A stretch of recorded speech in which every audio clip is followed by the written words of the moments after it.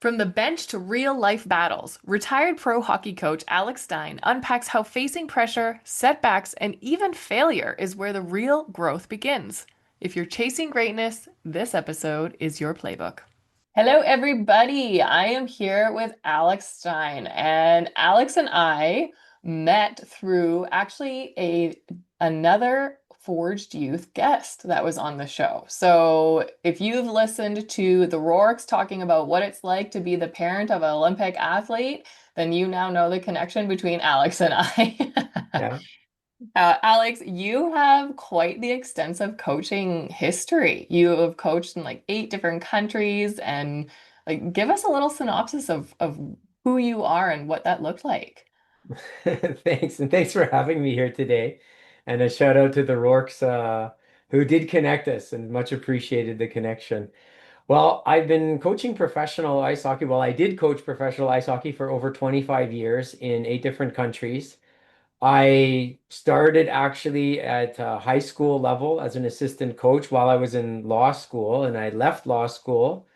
I returned to Toronto, where I'm from, and I started to coach there through hockey camps in the University of Toronto as an assistant. And I branched out. I decided I wanted to try the US pro way, the US college way. Couldn't get a break. And I went over to Europe and started my career there and never looked back. And so 25 incredible years of coaching the highest level, also Olympic athletes, as well as running youth camps in the summer, women's camp. For example, I said to you on Wednesday, I'm heading off to a women's camp in Switzerland. Yeah, And that's kind of the tail end of my career, though, from a hockey coaching perspective. And the journey's landed me here in France with my family, with my feet planted for the first time in over 2 decades. that must feel nice. Yeah. Well, I'm an expert at IKEA and assembling IKEA furniture and moving, so I bet it you are. Oh my it's gosh. nice to not move for the first time in a while. That's a good skill to have, I'm not gonna lie. Yeah. Okay, so with that much experience with working hands-on so closely with these athletes, what would you say are maybe like the top three components that really separate an athlete from being like an elite athlete?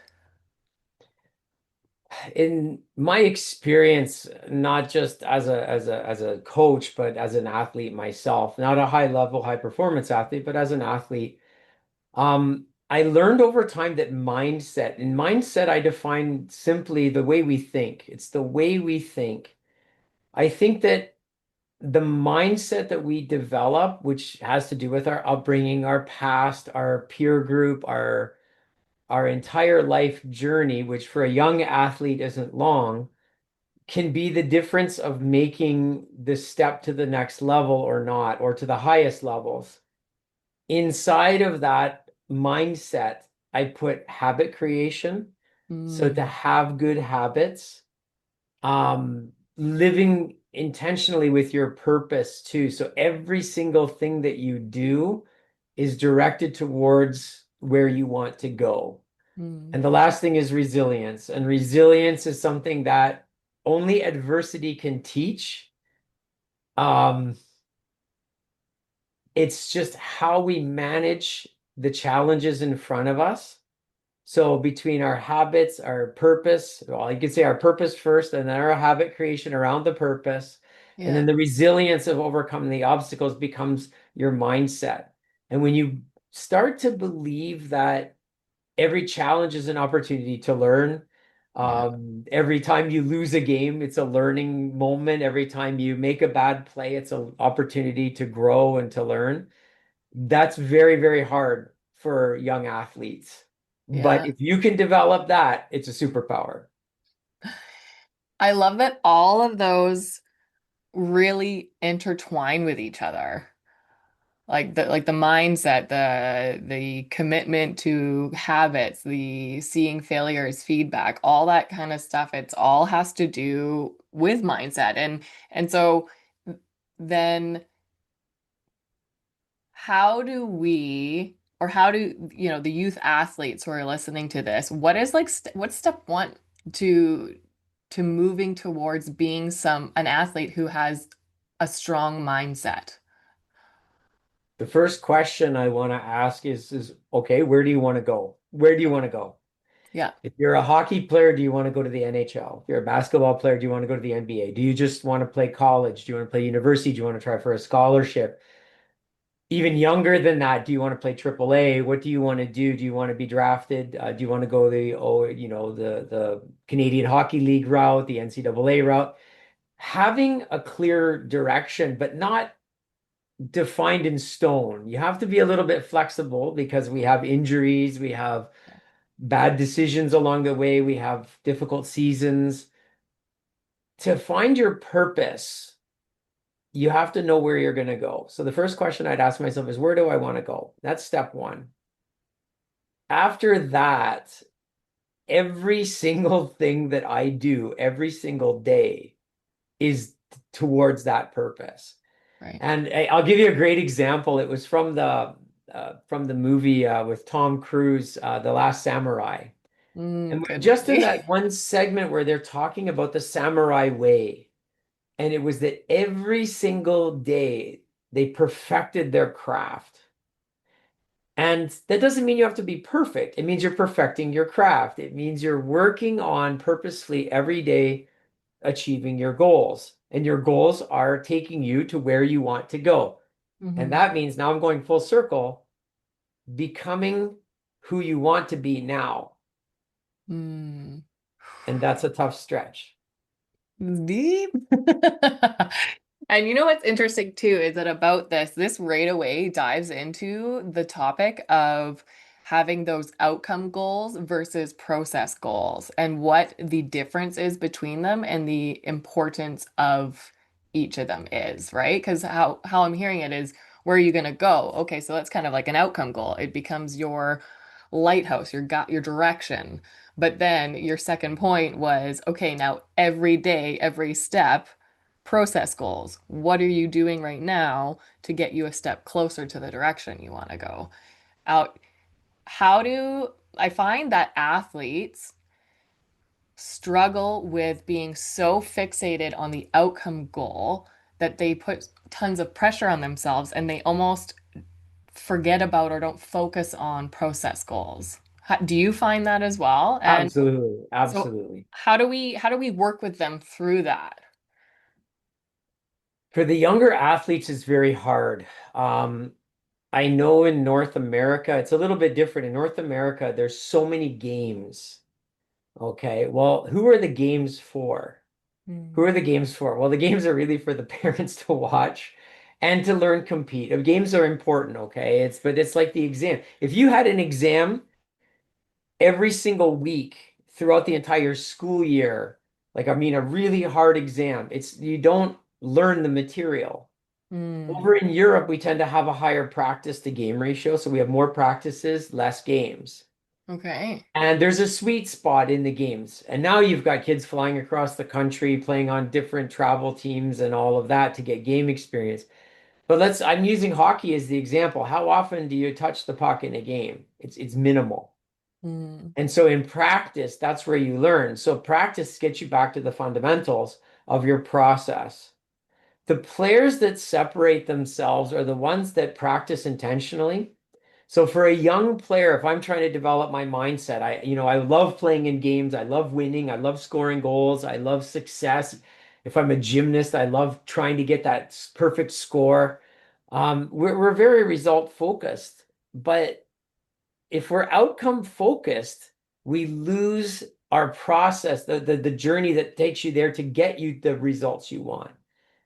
And ultimately, if you can, I've used this language often with my clients, and it's relentlessly execute the fundamentals. mm, yeah. As a coach who coached his way up to levels where he had no business being, that was me. I'm not an ex-player. I didn't have a pro career. I engineered my career by relentlessly executing hard work and the fundamentals and learning, learning, learning, learning. constantly being open to feedback. And when you get criticism, okay, it hurts, but there's something in there maybe you can take from it and you take from it, not what Mm-hmm. the other person thinks, what you take from it. And I apply that into my next part of my process. And so if I'm an athlete and I can learn to enjoy practicing because I'm perfecting my craft, I'm getting better. I'm not just going through the motions to try to get in the lineup to get in the game. I'm Mm-hmm. actually really working on something intentionally. Every time I take a stride, I'm working on my skating. Every time I have the puck, I'm working on my puck handling, my shooting, my passing. Every time I'm in the gym, I'm working on my body. And that's the intention of the process. And when you stay focused on your process, I promise you the outcome will happen. And what I really believe too is that by continually doing that, you're continually showing up for yourself and doing the hard thing and the monotonous thing and the grind and all that kind of stuff. And by doing that, you are building confidence in yourself. And so that when competition comes around, all of a sudden you're able to switch into that trusting mindset and trust yourself and have confidence in yourself that you've put in the intentional work, you've put in the time, and now it's time to just be in that. How do you, yeah. We had this talk about confidence because for me, confidence, I've learned. A lot of people think that confidence is a feeling. Okay. Mm, And I'm saying that confidence can be created mm, and that you can create confidence like that. A person can create confidence by relentless execution of the fundamentals in practice. So when they're under pressure in games, they know that they're able to handle the situation. And you gain that feeling of, I can handle this. No yeah. matter what comes at me, I'm going to figure it out. And if I make a mistake, I'm going to grow from it. And so when you combine that, and this all takes self-discipline too. We can go there after. Yes. But one of Yeah. my clients had a great quote last week. And after we've worked together for a long time, and he said to me, I've recognized that self-discipline is the greatest gift you can give yourself. Oh, yeah. That's Okay. good. And it was about executing the habits, executing the fundamentals regularly, relentlessly, that you're constantly building that foundation. And when you get into game situations, if you've been going through the motions in practice, then you're gonna have pressure situation. And so when you have pressure situations, if you're not prepared for it, that's when you have troubles. Mm-hmm. When you've prepared for something properly, you don't have pressure. Yeah. Yeah. And And from that's, that comes confidence. From that comes confidence that you yeah. can And that's like, focus. exactly, like the focus and the preparation, like those are things that are within our control too, right? Like at the end of the Absolutely. day, the outcome isn't actually in our control, but everything that we can do leading up to that point, ourselves, focus, attitude, self-talk, preparation, it, yeah, yeah. I love talking Well, that's what I've learned, and me too with you. to The coach that I studied under is named Brian Kane, and he's an incredible coach, and he's codified this really well. And I've taken a lot of his materials and worked with them, and he's broken confidence into three elements, and that's focus, body language, and self-talk. you. Now, each athlete is going to have Mm. different level of importance to each category. In my life, in my career, what I've always done under pressure is I focused. Mm. I get right into a place where I'm controlling what I can control. So I was the guy that I wanted to take the fifth penalty shot in soccer. I wanted the pressure situations. I wanted the face off. I wanted to block the shot at the last second. Yeah, And I wanted the pressure. It didn't mean I always had success. And when I didn't have success and I had asked for the pressure, it was horrible. yeah, And I remember hitting the post in under 14 soccer at the fifth shot, and we lost the championship. And in under 16, I had that same shot to get us to the finals, and I nailed it. So there was a yes, development even at a young age. So athletes, you yeah. can develop this. Hmm. If you're not worried about whether you're gonna, all you're thinking about is putting the ball or the puck into the goal. You're worried about scoring. in soccer, I had great confidence because I saw the net. I was a goal scorer. In hockey, I thought those goalies, I would see the goalie, not the net. So you see the difference in the thinking, the mindset in one person can be different in different situations. And so Yes. confidence comes from focusing, telling yourself you can handle it. Okay, I Yeah. can handle this. No matter what comes at me, I'm going to figure it out. I may not get it right, but I'll get it right sooner or later. Yeah. And then the body language tends to follow. Other people, they need to talk to themselves first to focus. And it's a Yeah. very interesting experiment, which I work on very, very often with my clients. Yeah, I do as well. And I love this exercise. I get my youth athletes I go, okay, shrink into the smallest position that you can with your body. Like get its crunch. And so they're like on the Zoom camera. I'm like, don't worry, I don't need to see you. Just tell me when you're in the small. And so they're away from the camera and they're like, Mhm. okay, right. I'm like, okay, then not out loud, but in your head, tell yourself that you suck. And I was like, and don't tell your parents, I'm telling you to tell yourself that you suck. Mhm. And then they do. And then I'm like, okay, now stand up and get as big as you can. Take up as much space as you can and say the same thing. And they do. And then they sit down and I'm like, which one did you believe more? Well, when I was smaller. Okay, so your body position made you believe something more. Isn't that crazy? And they're all like, oh my gosh. Because it's so It's true. absolutely brilliant, and I'm going to borrow that from you. Do it. Yes. I love it. I love it. And it is so true that you can see when the shoulders are out, when the Mhm. chest is up, the head is high, you can Yeah. see somebody with confidence. Yeah. And then you see the person who is, the head's kind of tucked into the shoulders. Yeah. And and there's also, you can have false confidence too, where you're lying to yourself.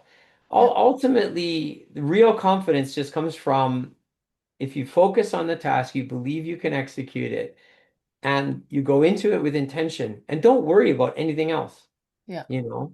And Yeah. that's all you can do is just focus exactly on the task at hand. And that's going to help you get confidence, which would also part of our mindset development, that you can Yes. intentionally get situations. What if you make a bad play? What if you give up a goal? You come to the bench. What do? Your shoulders are hunched. You come, you sit down. You're trying to hide from the coach. You don't want to look at your teammates. You're in that small position like you just described. And what are Yes. you telling yourself? You're an idiot. I can't believe you did that. What a huge mistake. And that's where you have to reset, which is what I teach my class. We have a reset tool, which we have a general reset tool, and then we customize it for them. And the reset tool is how do you go from that and reset within a minute and a half before your next shift. And there's a methodology that we go through, which also includes the self-talk, the positive self-talk, and activating that part of you where you just look forward instead of looking back. You allow yourself time to process. I'm not going to give away the whole tool.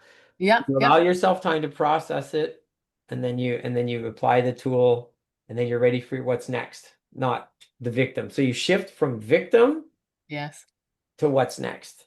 That Yeah. mindset. I love that. So if you want that tool, everybody, click the links below and get this guy as your coach. Um, okay, and so let's circle back to self-discipline. What does that, how does somebody move from, wanting to be good at a sport, but being a little bit maybe of a stagnant person to being somebody who is self-disciplined and can get up and do the thing and do all the practices and do the nutrition and sleep and like all that kind of stuff. How do we move ourselves from one to the other as like quickly, sustainably, realistically as possible? And why is it so important? Great question. The first question that comes to my mind is how bad do you want it? Yeah. Look, I would have loved to have coached in the NHL, and I did everything I could in my career to get an opportunity, Yeah. but for whatever reason, the opportunity never came. That's different. But had the opportunity can't come, I would have been ready to, be a video coach or to step into a minor role with an NHL team. Yeah. And because I had done the fundamentals. If I'm hoping to get somewhere, the discipline's not going to come from it. And I wasn't disciplined all the time. I had times where I got sucked into the negativity. I got sucked into the players complaining, and I'm an assistant coach. There's a great story actually. I was in Switzerland. It was my second year there, and I had a great Swiss coach, and he was really, I love Bruno. He's crazy, and I love it, like good crazy. And he brought me to back a second time, and we were skating around. It was like the dark days, the dog days of January. It's dark outside. I mean, I'm in the Swiss Alps. Come on, like let's give our head a shake here. But it was dark, and we were on a losing streak, and the players were complaining, and I kind of got sucked into that as like a young assistant. This is way back 100 years ago when I was still my second year of pro. And he skated by me. He saw me. We went on the ice. We were skating around. He skated by me and he said, "Hey, what's up with you?" And he skated past me and then kind of came around again. And he said, "Hey, what's up?" I said, "Well, like it's dark and all the players and I'm this." And I started grumbling. Hmm. And he looked at me and one eyebrow shot up and he skated away. And now Bruno is a guy, he really was good at learning and understanding people, that everybody has different buttons to push. Mm-hmm.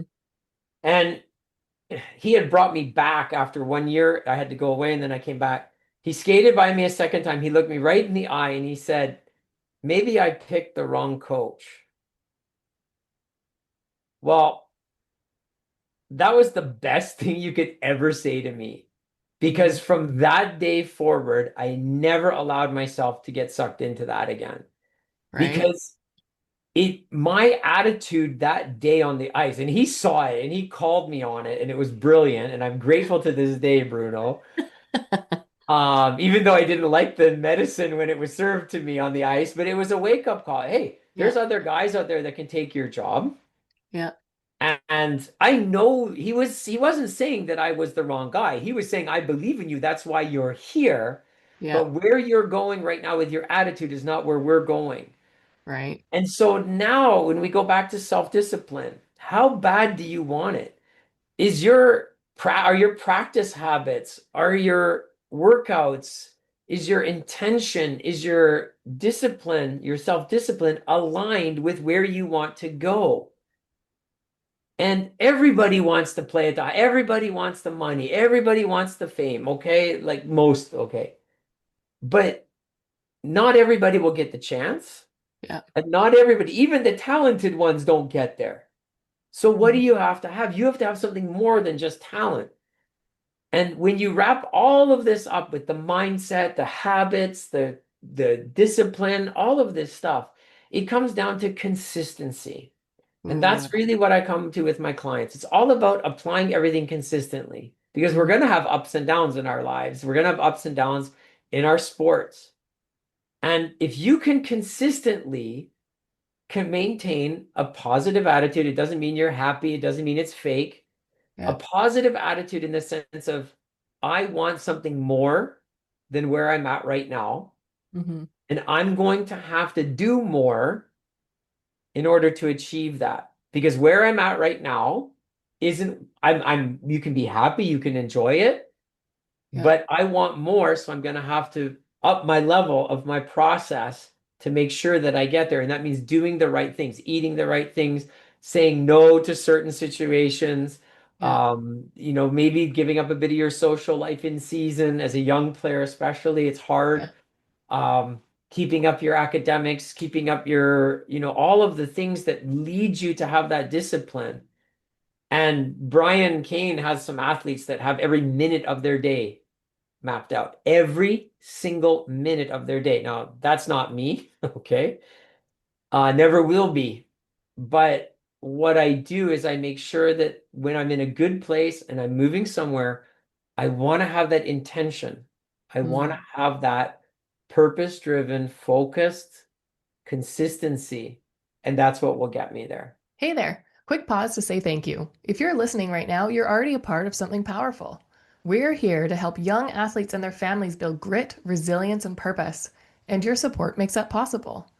Did you know that over half of podcast listeners never hit follow?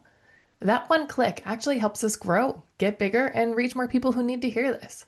So if you're enjoying this episode, please hit follow or subscribe. It's free, it takes a second, and it really does mean the world to us. Now, back to the show. I love that it came down to consistency. And it's so interesting because uh, before we started recording, I told you that I went to a basketball game last night. Mhm. And so Canadian pro basketball, and I'm there, floor seats, watching it up close. And being a performance mindset coach, there were so many times where I was just like, oh my God, like it just like it's all about the mindset or breathing or be consistent. There was one player last night. I'll give him a shout out. I'm hoping to get him on the friggin' podcast, Mitchell Creek. And he, the entire game, he was consistent.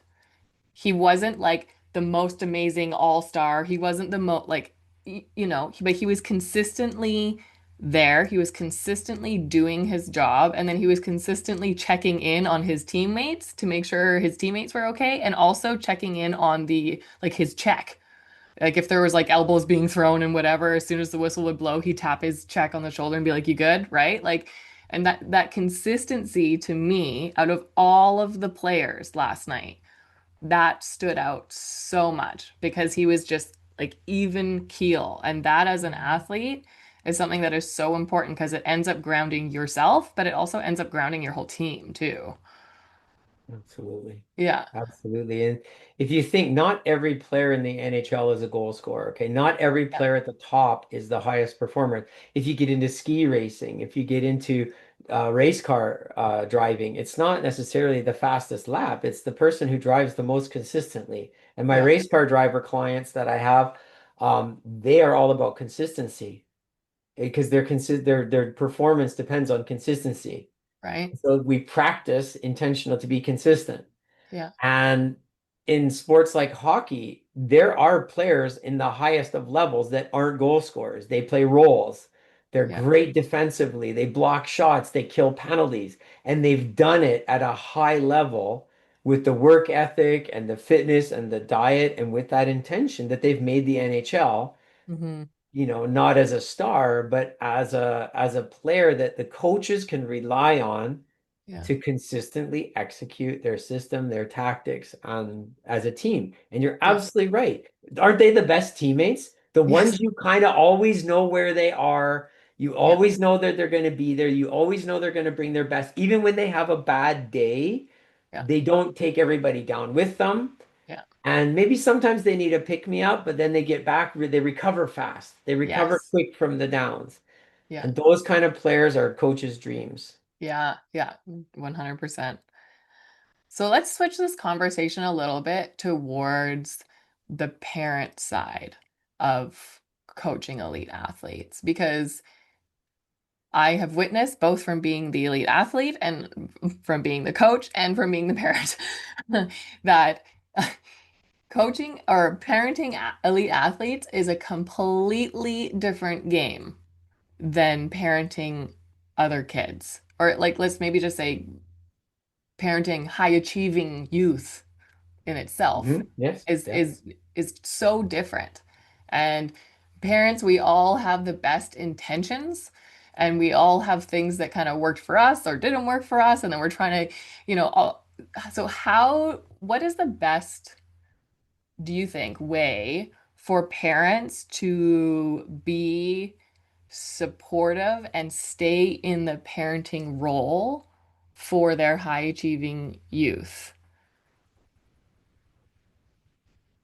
Another great question, by the way. Um, I'm full of those. let's take a look at what's going on with the parent. Okay. The parent is the parents are sacrificing a lot of their time, their money, Yeah, their efforts, their free time, their social life. They're doing it for their kids. And they want their kids to have success. Okay. Ultimately, we all do as yeah, parents. We just want to have our kids have success. But are we doing it because we're sacrificing so much and we want to see a payoff? Because if that's why you want your kid to be a high performer, you're in the wrong business. yeah, I Okay? agree. Yeah, I hate to say this because I mean respect and love out to all the parents out there, and I'm a parent too. yeah, with high hopes, let's say, as always, parents do. But I'm gonna say something that might make some people mad. I don't know, but I'm okay being provocative. Mhm. Parents, it's not about you. Okay, and then so their parents will go, yeah, yeah, it's not about me, it's about my kid. All right, if it's about your kid, then let's talk about that.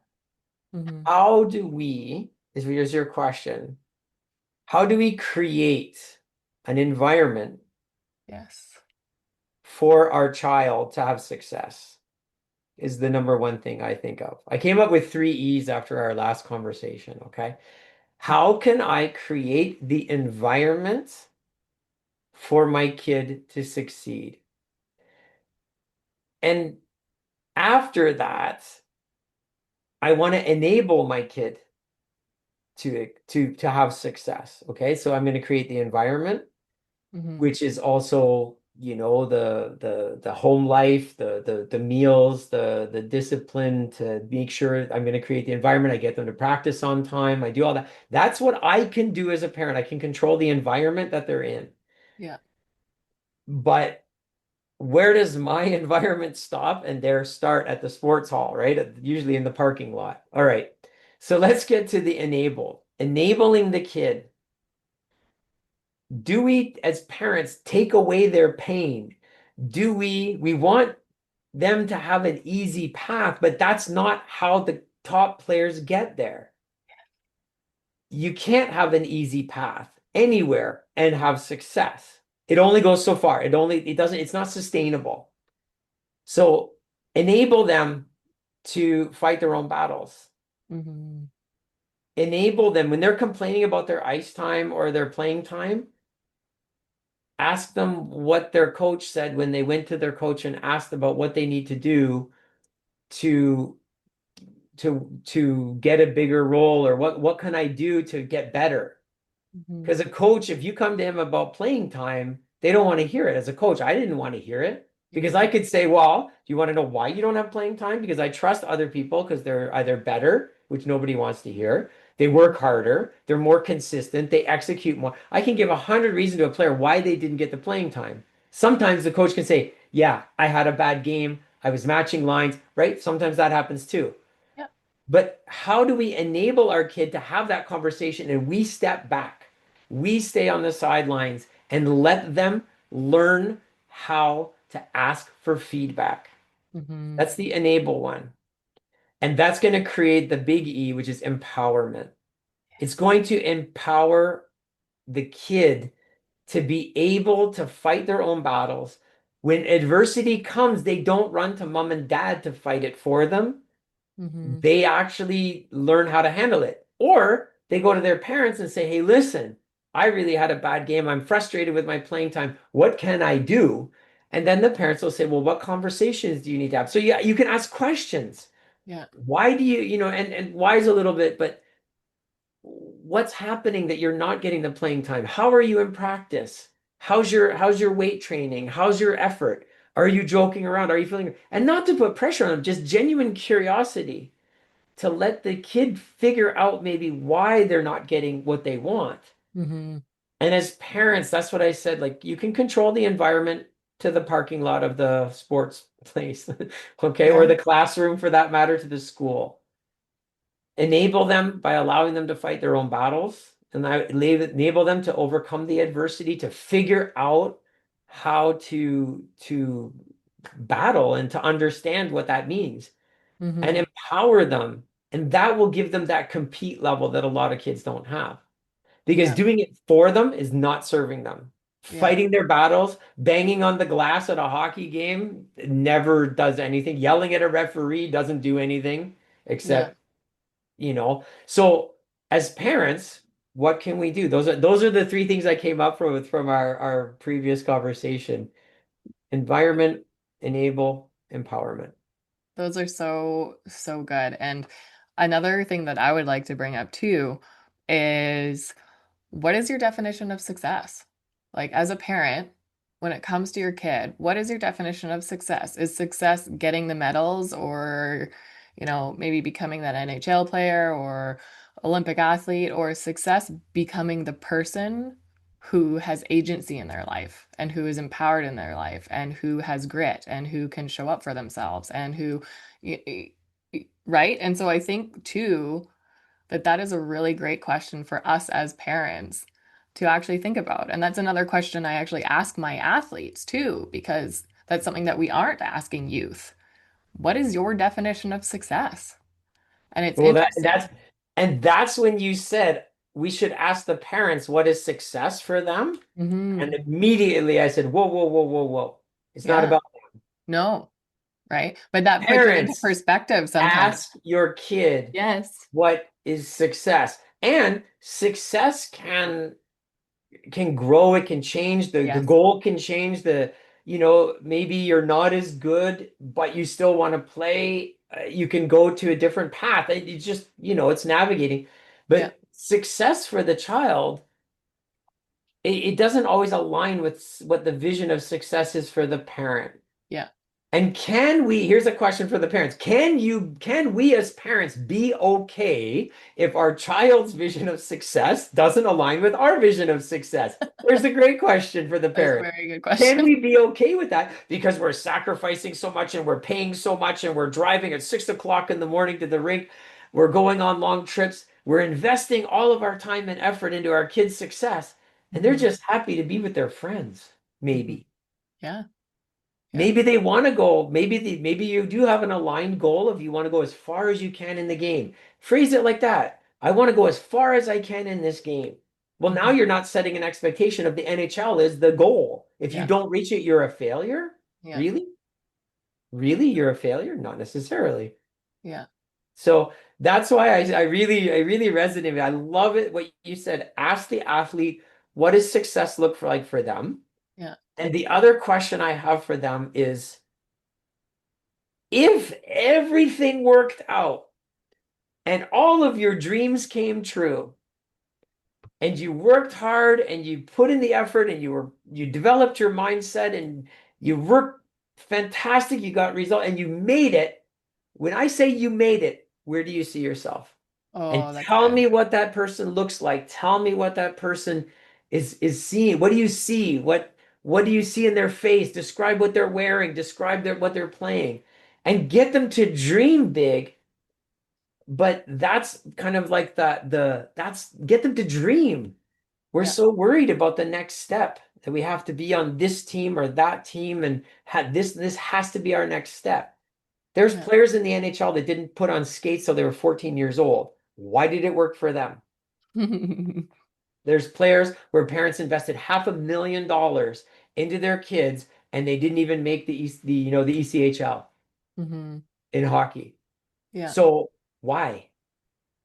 Yeah. So let's make sure that we're aligning to our kids' vision and that not that they're aligning to our vision.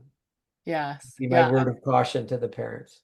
I agree 100%. And it's just about, I think as a parent, like just being curious too, like being curious about what your athlete is, what are they experiencing? What are their goals? What are they struggling with? What is something that they love? What is something that, and I think too, this is an important piece for parents as well, is to do a check-in with your athlete and say, how am I as a parent showing up for you in your sport? And how can I do something differently? How can I improve?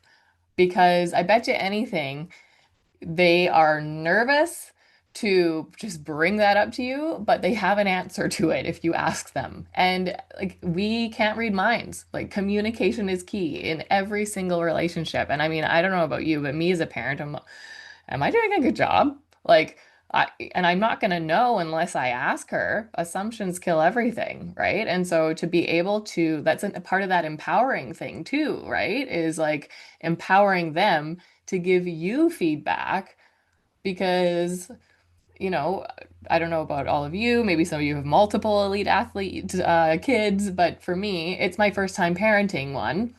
And so as a parent, it's my first time. I need to have feedback. And that communication is never a bad thing. So be curious enough and brave enough to ask the question and then hear the answer. I think that's beautiful. I really do. I think it's, it's actually when I coach teams, like a racing team, for example, one of the things we talk about is communication of asking each other for feedback. Mm, Um, when I work with business teams in the executive sphere, let's get feedback from the people we're serving. yeah. And so now bring it back to where you said, and it was so wonderful. And I love that you said it because it is critical. But Yeah. as a parent, how do I say, like, how am I showing up for you? Yeah. And I've coached some parents with their kids in the room, and I said, all right, let's have a talk, Yeah. but nobody's allowed to say the word you. Okay. Yeah. And the other thing is too, is let's not give direct feedback. Let's ask questions and see what the other person says. How do you ask an 8-year-old, how am I showing up for you? Well, Mm, you just ask them. yeah. What do you like most about when I come to your games? What do you like least Hmm. about when I come to your games? And you may hear when you yell at the refs, Yeah. when you bring popsicles, maybe, or when I get to drink a sport drink as little kids, that's all they care about. The orange, we used to have the orange slices, right? Totally. Yeah. So asking that question, but be ready for the answer Hmm. and my advice is don't answer back. Yeah. Just Don't listen. defend yourself.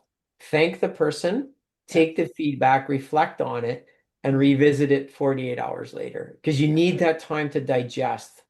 Yes. As a parent, when your kid says, I don't like when you do this, It sucks. it's really hard because your kid is holding a mirror up to you, Yeah. but they're doing it. Another one that I've learned, another tip, you had mentioned that maybe some kids would be nervous or uncomfortable. Hmm. If there's something you want to tell me, but you don't want to tell me to my face, I want you to write it down on this piece of paper, Hmm. okay? And slide it under my door tonight, slide it under my bedroom door tonight, Hmm. and I won't react on it. I promise you, I won't react on it. Yeah. And I think that would be a way, and you have Yeah. to stay true to it, like to Yeah. get feedback from maybe is there anything you're not telling? If there is something you haven't told me or forgotten or want to tell me, put it on a piece of paper, slide it under my bedroom door. Yeah. And maybe nothing comes, but maybe you get something that comes that's really hard for the kid to say. Hmm. And you're going to have to look in the mirror and be okay with it. And you're going to Yeah. have to look in the mirror and say, how do I have to show up better for my kid? Because Hmm. again, it's not about you, it's about them. Yeah. Yeah. Oh, this is so good. So, all of you parents who are listening to this, Alex and I are going to put on a mastermind for you because, like we said, parenting high achieving youth is a completely different thing. And we have some tools and tricks and techniques that we would love to share with you that's going to help you build that environment, that's going to help you enable those youth and help you empower those youth in order to get their definition of success. And so if you are interested in that, comment below. You can send the forgedyouthpodcast@gmail.com an email, and we'll definitely have links to the podcast or to the mastermind as well for you on social media. Now, Alex, is the hour is flipping by like crazy. Is there anything that we haven't talked about today that like one more thing? What are we missing here before we end the podcast? Well, I think we've touched on pretty much everything. The one thing I want to say with all of what we've just said to the parents, we validate your experience, okay? Yes.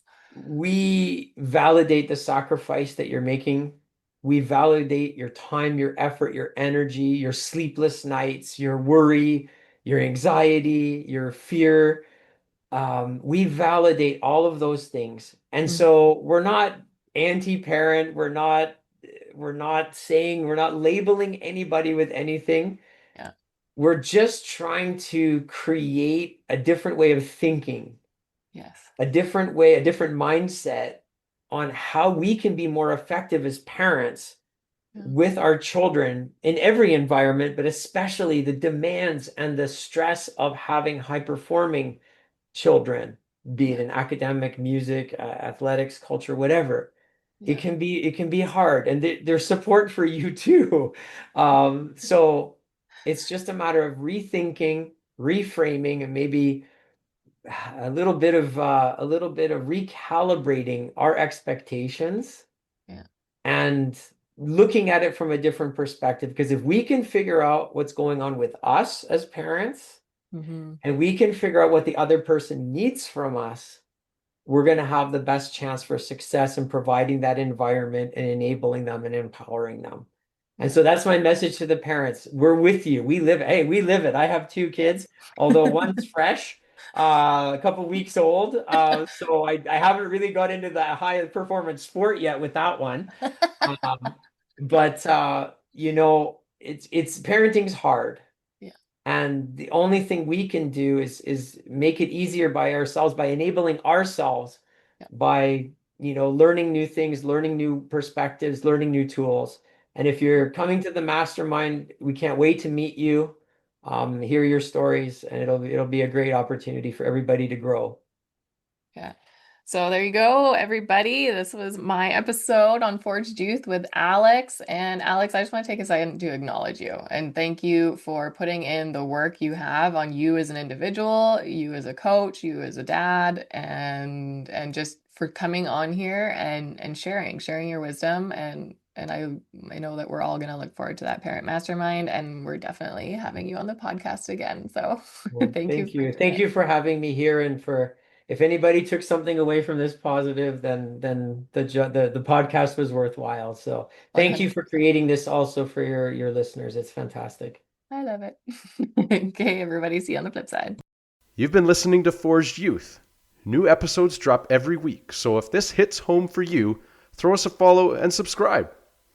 Forged Youth, where resilience is trained.